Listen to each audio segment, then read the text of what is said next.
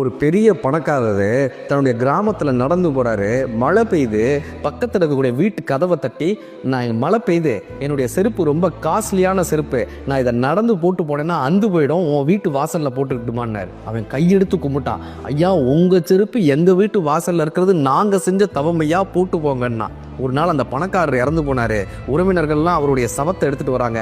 அதே வீட்டுக்கிட்டக்க அப்படியே மழை பெய்யுது. இந்த உறவினர்கள்லாம் சொன்னாங்க, மழை பெய்யுதுப்பா, இந்த உடம்பை இங்கே வச்சுக்கிட்டுமான்னு. அந்த வீட்டுக்காரர் சொன்னா, யார் வீட்டு பணத்தை யார் வீட்டு வாசல்டா வைக்கிறீங்க, முதல் எடுத்துகிட்டு போங்கன்னா. ஒரு சாதாரண செருப்பிற்கு இருக்கக்கூடிய மரியாதை கூட இந்த மனித உடலுக்கு இல்லைங்க. அதனால தான் ஒரு புதுக்கவிஞர் எழுதினாரு, தாசில்தார் வீட்டு நாய் இறந்து போனது, ஊரே கூடி ஆறுதல் சொன்னது, ஒரு நாள் தாசில்தாரே இறந்து போனார், ஒரு நாயும் கூடவில்லைன்னா.